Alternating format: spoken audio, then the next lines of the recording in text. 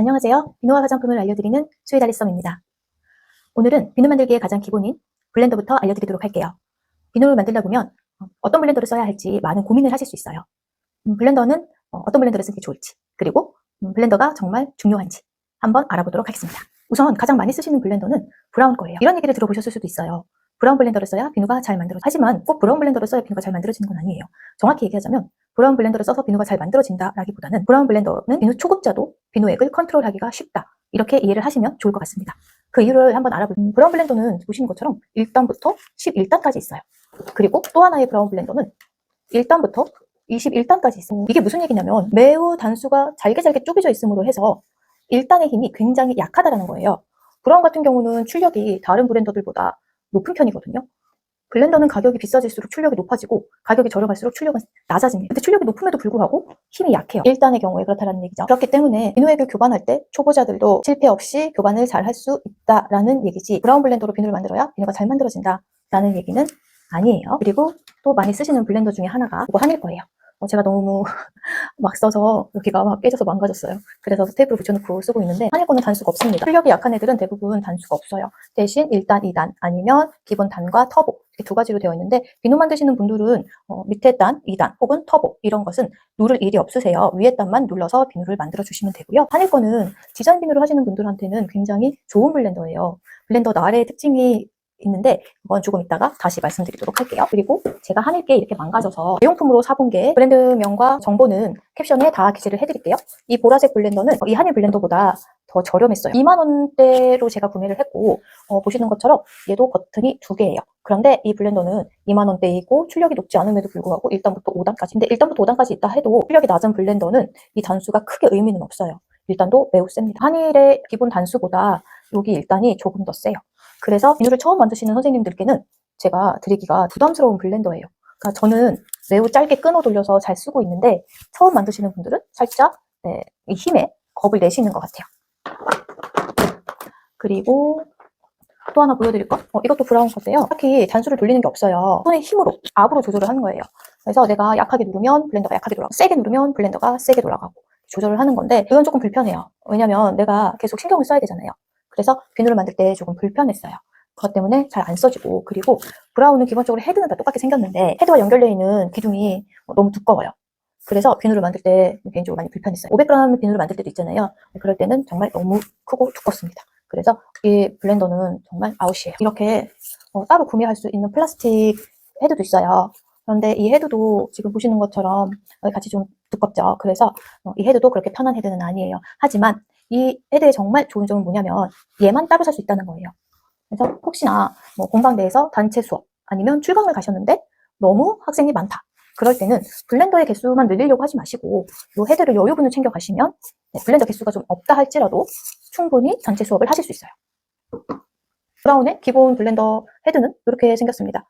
그래서 여기가 좀 날씬하죠. 비누 만들 때는 이렇게 날씬한 몸체가 훨씬 좋은 것 같아요. 그리고 저한테 또 있는 것 중에 뭐가 있냐면 코드리스, 무선이에요. 제가 수업을 하다 보니까 유선이 너무 불편한 거예요. 심지어 이런 경우도 있었어요.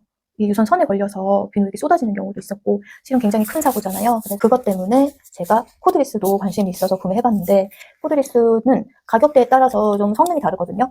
저렴한 코드리스는 한번 충전하고 나서 연속 시간이 너무 짧아요. 3분, 5분 그 정도밖에 안 되고, 코드리스가 가격이 높아지면 보통 9만원, 10만원 그 정도까지 가격이 올라가게 되면 한번 완충하고 나서 20분 연속 사용이 가능한데요. 실은 비누 만들 때 20분 연속 사용을 할 일이 없기 때문에 충분하죠. 그리고 코드리스는 꼭 이렇게 결합이 된 상태여야지만 모터가 돌아가게 됩니다.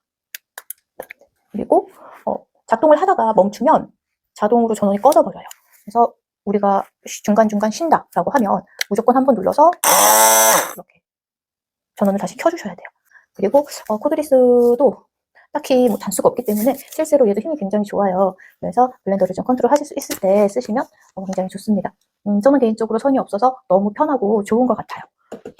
그리고 그 선이 없어서 이 몸체가 다른 블렌더에 비해서 조금 무겁긴 한데요. 그래도 브라운보다는 가볍습니다. 브라운이 몸체가 정말 무거워요. 이제 우리가 돌리다 보면 막 팔도 아프고 그러잖아요. 그런 면에서 브라운은 조금 힘든 블렌더인 건 맞아요. 한일이 가장 가볍고 좋습니다. 그리고 제가 엄청나게 큰 블렌더를 보여드릴게요. 그런데 무게 차이는 당연히 더 무겁지만 엄청나게 얘가 너무 무거운데? 막 그런 느낌까지는 솔직히 아닌 것 같아요. 얘는 일렉트로룩스 거고요. 이거는 예전에 그 최은석 셰프님이 선전했던 블렌더입니다. 몸체보다 헤드는 더 어마어마하게 생겼어요. 헤드 엄청 크죠? 아까 코드리스도 조금 큰 편이었는데 버러스 블렌더하고 비교하면 이만하고요.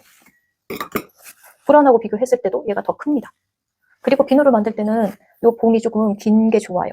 봉이 너무 짧으면 블렌더가 비누액과 너무 가깝게 근접하게 되기 때문에 봉이 조금 긴 게 좋습니다. 무슨 용도냐면요. 연성비누용이에요. 우리가 흔히 물비누 페이스트라고 얘기하는 연성비누 만들기가 있어요. 연성비누를 만들다 보면 블렌더가 조금 과열될 때가 있거든요.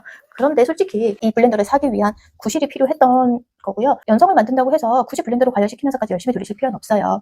블렌더 돌리다가 비누 상태를 보면서 중간중간 작업을 멈추고 쉬어주셔도 비누가 되는 데는 아무런 문제가 없습니다. 그러니까 너무 블렌더 열받게 하지 마세요. CP 비누도 대량 작업을 하신다면 이런 블렌더를 갖고 계시면 작업을 조금 더 잘 하실 수 있어요. 대량 작업을 할 때 이런 일반 블렌더 가지고 대량 작업하기 조금 힘드시잖아요. 대량 작업 한꺼번에 하실 때는 이런 블렌더가 있으면 훨씬 빠르게 작업을 하실 수 있습니다. 얘도 단수 조절은 가능해요. 그래서 이렇게 레버를 돌려서 단수를 조절할 수 있고요. 이 블렌더는 대량 작업 하시는 분들께는 저는 좀 추천드리고 싶어요. 봉도 길어서 비누액이 많더라도 너무 잠기지 않게 작업을 할 수가 있어요. 그리고 정말 좋은 점은 옆에가 다 뚫려 있다는 거예요. 지금 블렌더를 보면 다 틀리죠. 브라운 정말 많이 막혀 있어요. 그리고 하늘 거 같은 경우는 굴곡도 되게 많고 낮으면서 다 뚫려 있고요. 이렇게 뚫려 있는 게 블렌더의 굉장히 장점인 것 같아요. 브라운은 실제로 이 헤드가 저는 정말 마음에 안 듭니다. 음식을 하면 상관없지만 비누 만드는 사람으로서 헤드가 마음에 안 든다는 얘기였어요. 다 뚫려 있어서 기포가 밖으로 잘 빠져나갈 수 있는 구조고, 그리고 여기 날이 여기서 돌아가잖아요. 네, 이렇게 날이 돌아가면서 어떻게 돼요? 뚫려 있으니까 비누액이 같이 되게 잘 섞이겠죠. 비누액 교반하는 데 있어서 굉장히 유리한 구조를 가지고 있어요. 실제로 우리가 교반기를 보면 이런 막혀있는 구조가 아니에요.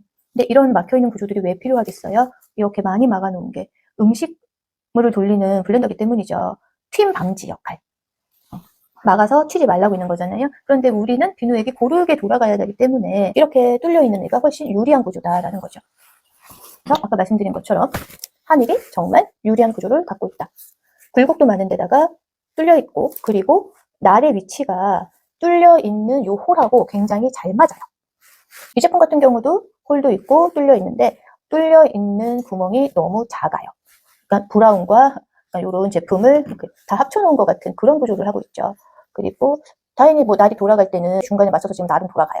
그런데 구멍이 너무 작아요. 그래서 비누액이 되게 묽을 때야 좀 나오겠지만 비누액이 조금 더 점점 더 뻑뻑해지면 날이 움직일 때 여기 사이를 통과해서 나오는 비누액의 흐름이 원활하지 못하겠죠.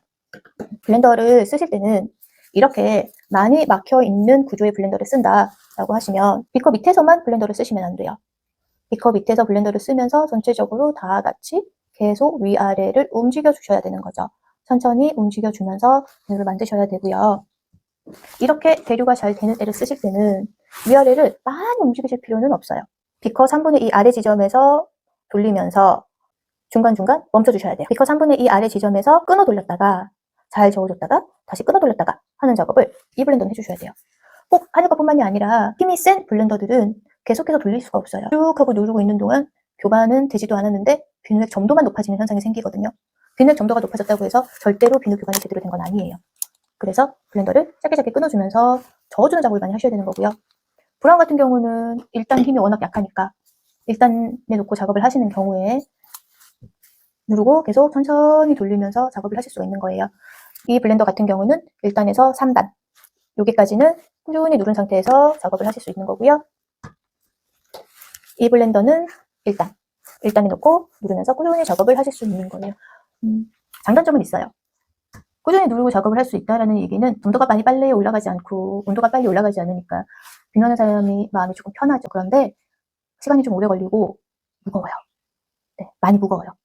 그리고 이렇게 힘이 센 블렌더 같은 경우는 아까 말씀드린 것처럼 조절을 제대로 하지 못하면 교반은 되지 않았는데 점도만 너무 많이 올라가는 그런 비누액을 만들게 되죠. 그런 비누액을 만들면 여러분은 반드시 소다회라고 하는 애랑 만나게 되실 겁니다. 오늘은 블렌더에 대한 간략한 설명만 드렸고요. 다음 영상에서 직접 블렌더를 돌려보면서 비교를 해보도록 하겠습니다.